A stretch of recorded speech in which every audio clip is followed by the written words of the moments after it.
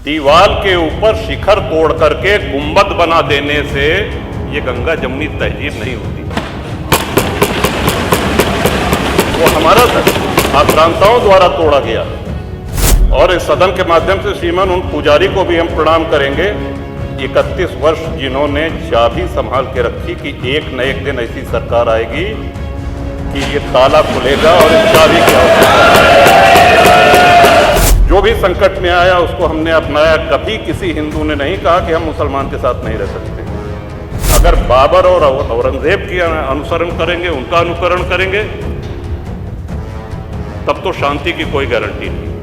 मेरा ये भी मानना है कि आदि शंकराचार्य के बाद अगर कोई सनातन उत्थान का और हिंदू उत्थान का कार्य कर रहा है तो श्रीमान नरेंद्र मोदी है। माननीय अध्यक्ष जी, बजट पे बोलने का आपने अवसर दिया, इसके लिए आभार। श्रीमान, हमारे सदन की कार्रवाई पूरे देश में और यहाँ तक विदेशों में भी देखी जाती है, लाइव टेलीकास्ट हो रहा है। कुछ बातें यहाँ पे गलत कही गई हैं, सत्य से परे कही गई हैं और कुछ आधी अधूरी बातें करी गई हैं, जिससे बाहर एक भ्रम और भ्रांति वाली स्थिति भी बनती है। श्रीमान, जैसा कि हमने महामहिम राज्यपाल के अभिभाषण में कहा था कि प्रभु श्री राम की चर्चा सर्वाधिक हुई, बहुत अच्छी बात है।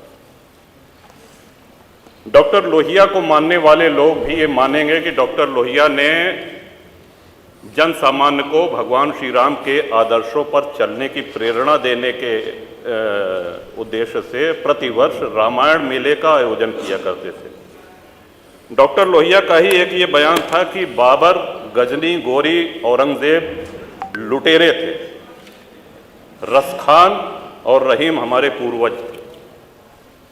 श्रीमान, ये बात यहाँ पे इसलिए कहना आवश्यक हो रही है कि पिछले कई दिनों से हम देख रहे हैं कि माहौल बिगाड़ने का प्रयास हो रहा है। हल्द्वानी तक का उदाहरण दिया गया इस हाउस में। सरकार अपनी जगह पे पूरा प्रयास करती है कि हमारे राज्य में कोई उपद्रव न हो, अशांति न हो, लेकिन कहीं ना कहीं एक ये आभास हो रहा है हमको कि माहौल खराब करने का एक प्रयास हो रहा है। बात की गई श्री राम जन्मभूमि की। साक्षात भगवान श्री राम ने अवतार लिया। काशी नगरी जो भगवान शिव के त्रिशूल पे टिकी हुई है, जा सुनाम बल शंकर काशी, देत सवै संगति अविनाशी, और भगवान श्री कृष्ण की जन्मभूमि। श्रीमान, स्पष्ट है ये दीवार के ऊपर शिखर तोड़ करके गुंबद बना देने से ये गंगा जमुनी तहजीब नहीं होती। वो हमारा आक्रांताओं द्वारा तोड़ा गया है। और एक और भ्रम फैलाया जा रहा है, जो व्यास जी के गुफा में जो पूजा हो रही है वो पूजा अनवरत सैकड़ों वर्ष से चलती आ रही है। ये बात बाहर जानी चाहिए श्रीमती। अनवरत सैकड़ों वर्ष से, इस पे सन 93 में स्थानीय प्रशासन ने रोक लगाया, किसी न्यायालय ने रोक नहीं लगाया इसकी पूजा पे। और इस सदन के माध्यम से श्रीमान उन पुजारी को भी हम प्रणाम करेंगे 31 वर्ष जिन्होंने चाबी संभाल के रखी कि एक न एक दिन ऐसी सरकार आएगी कि ये ताला खुलेगा और इस चाबी की आवश्यकता।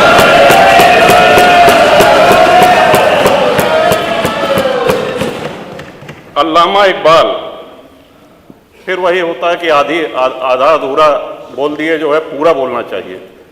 अल्लामा इकबाल पहले वो व्यक्ति थे जिन्होंने कहा कि हिंदू और मुसलमान एक साथ नहीं रह सकते। पाकिस्तान के आइडियोलॉजिकल फादर, इसने कहा कि मुस्लिमों को अलग देश चाहिए। जिन्ना को रास्ता बताने वाले, जिन्ना को उकसाने वाले, और पाकिस्तान के पक्ष में भारत के मुसलमानों ने वोटिंग करी जिसमें 98% लोगों ने कहा कि हिंदू और मुस्लिम साथ साथ नहीं रह सकते। इस बात पे लेकर के बंटवारा हुआ और सारे जहां से अच्छा जो कविता सुनाई गई वो अधूरी है। 2 पंक्ति उसकी हम भी सुना दे रहे हैं कि ए आब रूद गंगा, वो दिन है याद तुझको, उतरा तेरे किनारे जब कारवां हमारा। कि गंगा के वो मैदान तुमको याद है जब हमारा कारवां उधर से आक्रांताओं का कारवां आया था। ए आब रूद गंगा, वो दिन है याद तुझको, उतरा तेरे किनारे जब कारवां हमारा। चीनो अरब हमारा, हिंदुस्तान हमारा, मुस्लिम है हम, वतन है सारा जहां हमारा। ये है, ये तरानाए मिल्ली की पंक्तियां हैं। अल्लामा इकबाल ने 1910 में लिखी थी। श्रीमान, हम ही क्या धर्मार्थ देते रहेंगे, सभी कुछ हो मौन सहते रहेंगे कि धर्म को देंगे बल अन्य जन भी तजेंगे क्रूरता छल अन्य जन भी। श्रीमान, हिंदू तो सर्वसमावेशी है,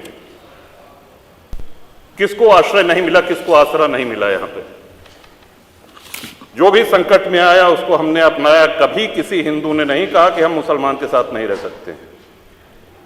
उल्टा जब बंटवारा हुआ धर्म के आधार पर हुआ, पाकिस्तान बना, जो मुस्लिम वहां जा रहे थे हिंदुओं ने उनको रोकने का काम किया कि आप रहिए हमारे साथ, भाई भाई बन के रहिए।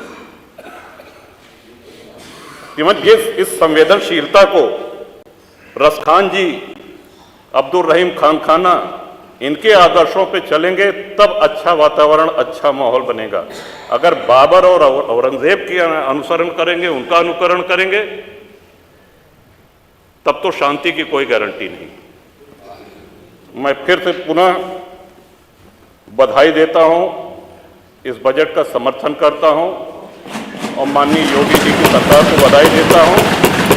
और ये हम लोगों का सौभाग्य है, इस पीढ़ी का सौभाग्य है कि अपने जीवन काल में भगवान श्री राम के भव्य मंदिर का और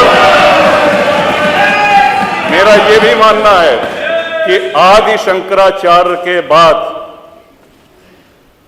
अगर कोई सनातन उत्थान का और हिंदू उत्थान का कार्य कर रहा है तो श्रीमान नरेंद्र मोदी जी। बहुत बहुत धन्यवाद। माननीय मुख्यमंत्री जी।